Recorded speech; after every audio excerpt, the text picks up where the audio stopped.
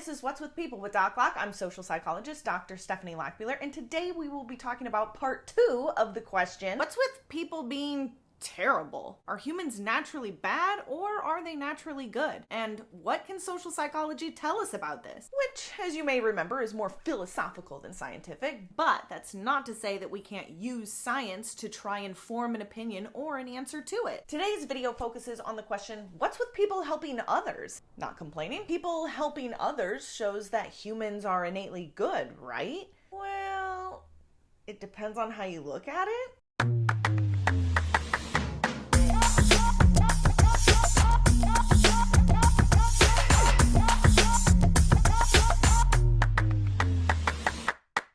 People is a good thing, isn't it? We love a good, wholesome story about people helping people, especially when the news is often full of the opposite. Prosocial behavior is defined as behavior intended to help someone else. Pretty simple, right? Yeah, but there's a lot of questions that need answered about it, like when are people more likely to help versus not, and why do people help? Again, not complaining. Let's start with the first part. When do people help? What conditions or situations cause people to be more likely to help versus not? So let me start with a scenario. You're at the store and you're waiting in line to check out and you hear a big crashing sound and you look over to see that an employee accidentally crashed a cart into a display, sending a bunch of sunscreen bottles all over the floor. Some nearby shoppers take a moment to help the employee pick up the sunscreen bottles and to rebuild the display, while others just walk by and others in your line just look over and then go back to looking at the magazine headlines and display in front of them. What led some people to help versus others who didn't? A natural first reaction to thinking why some people help versus others is to say, well, the good people helped and the selfish assholes didn't. This is an example of the fundamental attribution error, also known as the correspondence bias, which says that people often attribute personality characteristics to other people's behavior rather than consider the situational explanations for their behavior. So as another example of this, we do this when someone cuts us off in traffic by labeling them an asshole or a moron rather than considering that, they may be rushing to get to a hospital, or maybe you're in their blind spot, or they're distracted because the person sitting on the passenger side of their best friend's ride, is trying to holla at me. Thanks. Holla. So similarly, there are many situational reasons why people help or don't. For example, the first step in deciding to help in the first place is, no surprise, noticing that help is needed. Being distracted or being in a hurry will make people less likely to help, since they're less likely to notice that help is even needed. But research has also shown that people's mood impacts how much people pay attention to others around them. More specifically, happy people notice others more than sad people do. In one study, researchers put participants in a good mood or a bad mood by telling them that they succeeded at a task or that they failed at it. And then the participants witnessed someone drop a bunch of books. Now, the positive mood peoples were more likely to help than the negative mood peoples. So going back to our example, a lady that's wrangling her terrible children in a pissed off mood while in a hurry is probably less likely to notice and help pick up sunscreen bottles than the lady who just won $2 on her $1 lottery ticket. I won! The next step to helping is judging whether the person deserves help or not. It sounds harsh, but there are some beliefs that people have that dictate whether situations deserve help or not. One such belief that is instilled in pretty much all of us is the norm of social responsibility, which is a socially accepted rule of thumb that says that people have a duty to take care of others who cannot take care of themselves, like children and elderly, the sick, and the helpless. In other words, this norm drives the belief that some groups are just seen as needing and deserving of more help than others. In the US in particular, we also determine deservingness on whether the situation that led to needing help was controllable or not. So the situation itself, or how we interpret the situation, determines how we respond to it. For example, if you see a new or maybe an elderly employee accidentally crash into the sunscreen display, you're more likely to help them versus seeing a drunk and disgruntled employee run into the display, because fuck that guy. Another very important situational factor that leads to helping or not is called diffusion of responsibility. This is when the more people there are around, the less likely a person is to help another person. So, as the name implies, we tend to assume that the responsibility is diffused or divided amongst the others others around, and we assume that other people will help so we don't have to. In our fun example, the people closer to the crash site of the sunscreen display might not have noticed or even seen others present and started helping, but then that meant that the people in line and others nearby assumed that they didn't need to help since there were plenty of other people doing it. In a less fun example, diffusion of responsibility is an explanation for why out of 38 people who heard a lady named Kitty Genovese crying out for help while being brutally murdered, only one attempted to intervene and only one called the police. In fact, that stunning situation led researchers to conduct experiments to find out how the fuck something like that could happen. So they did an experiment where they faked an emergency situation and found out that when the amount of other people present increased, the likelihood for helping by the participant decreased. This is what is called the bystander effect. More people equals less helping, and is explained by diffusion of responsibility. Other reasons why people might not help is the fear that they will be embarrassed if there's not actually an emergency and then they react, especially if no one else seems to be reacting due to bystander effect. For example, one study had participants filling out a questionnaire and then smoke started filling the room. When the participants were alone, they sought assistance, but if others were present and the others were not reacting, the participants were less likely to do anything about it. I mean, besides, if no one else is freaking out, maybe they don't need to either. So, if the sunscreen display had gotten knocked over and no one else reacted, there would be less of a chance for others to jump in and help. So as you can tell, there are a lot of situational factors that predict when people will help. But why do we help at all? Is it because we're naturally good and caring and compassionate for others? Or, as I have already heavily implied in my opinions in these videos, are there selfish motivations for helping others that we may or may not even know about? This question is one of my favorite questions to argue with people because there's not really a correct answer. Philosophy!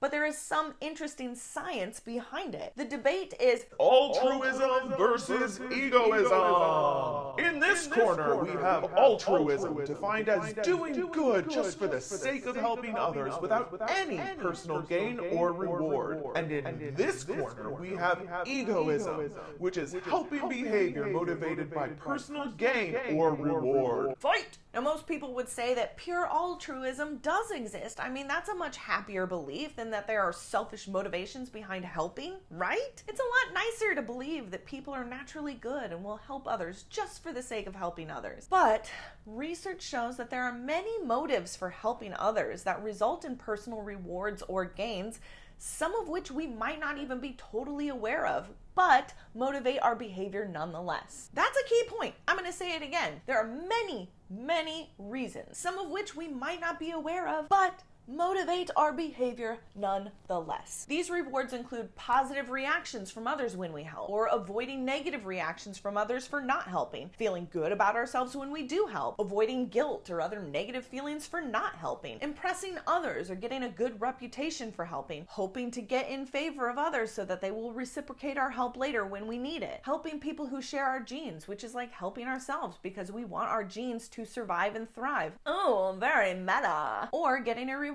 from the universe via karma or a thumbs up and a spot in eternal paradise from an almighty God. In other words, there are a lot more selfishly oriented reasons we would help than just doing it for the sake of being a good person, most of which we might not even be fully aware of or do on purpose. So let's break some of these down. Break down now. So the most obvious motivation of people helping for a reward is to get people to like you. We've all seen this social media post of people bragging about helping someone or doing charity work or giving to the less fortunate, but you don't have to make a spectacle of your good deeds for your motivation to be for people to think of you favorably, because doing it to look good to others isn't something that we're always really conscious of. That's because it's not just that we like to be liked, we need to be liked to survive. Sound familiar? We are needy AF. Basically, we are pre-programmed to need to be included and liked by others. And prosocial behaviors helps us to gain and maintain good standing with others. Do you like me now? In fact, it is hardwired into us from birth. Our brains are designed to make things that are important for the reproduction of our genes and survival to be rewarding so that we keep doing it.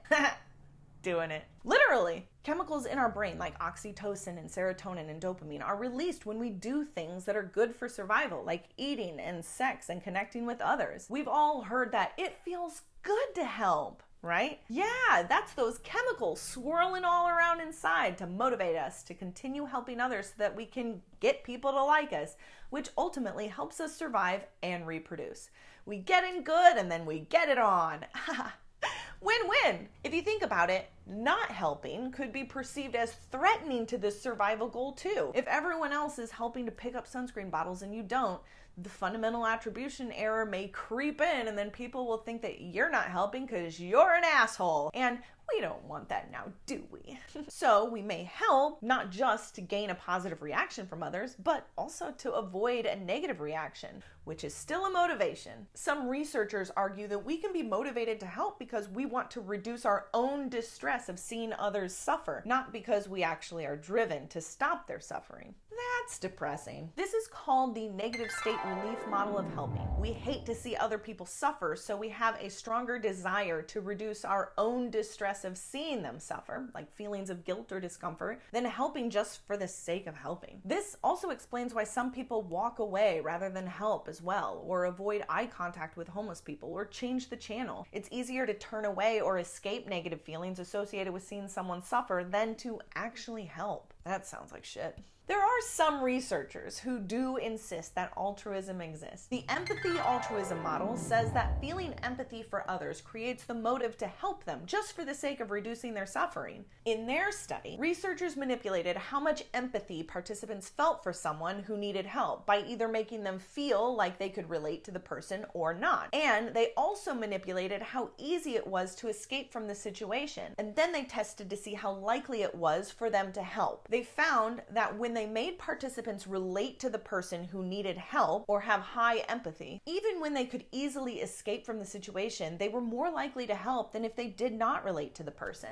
Researchers argue that this indicates that a feeling of social connection will result in altruism, or in other words, people are more likely to help someone if they relate to them than if they don't. However, while some people think that this is evidence that altruism does exist, it also supports the biological evolutionary perspective, which argues that organisms, humans, may seem to act against their own individual interests of survival and reproduction, or act altruistically, when really it is an effort to benefit those who share their genes, children, siblings, relatives, etc. This is called kin selection.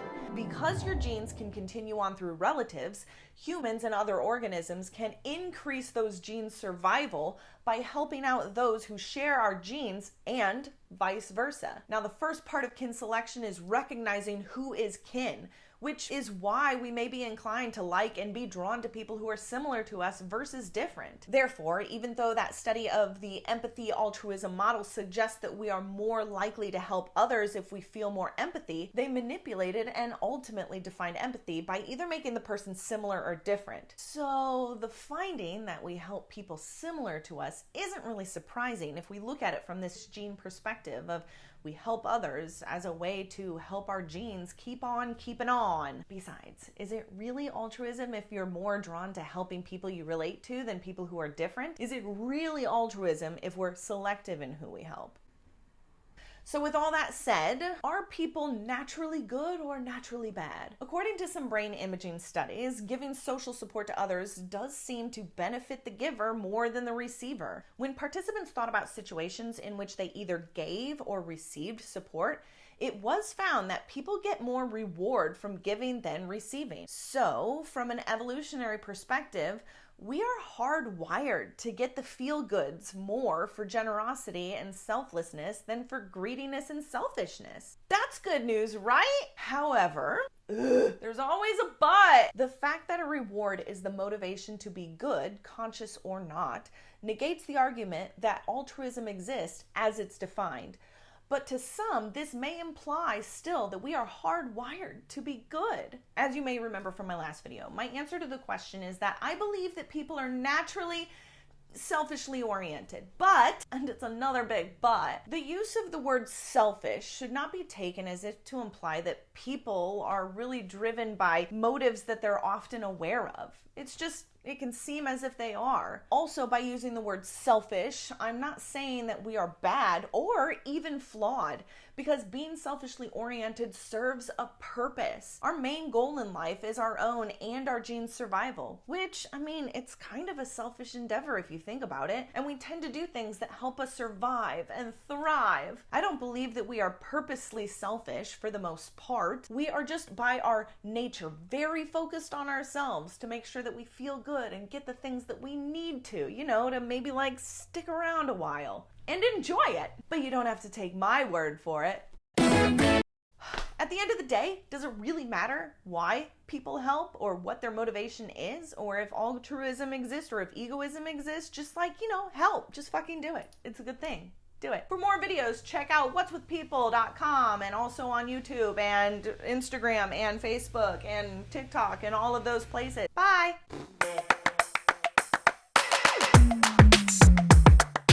Help, I need somebody, not just anybody.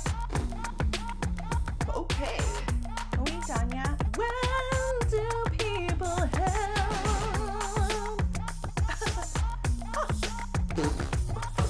Oh! Need help?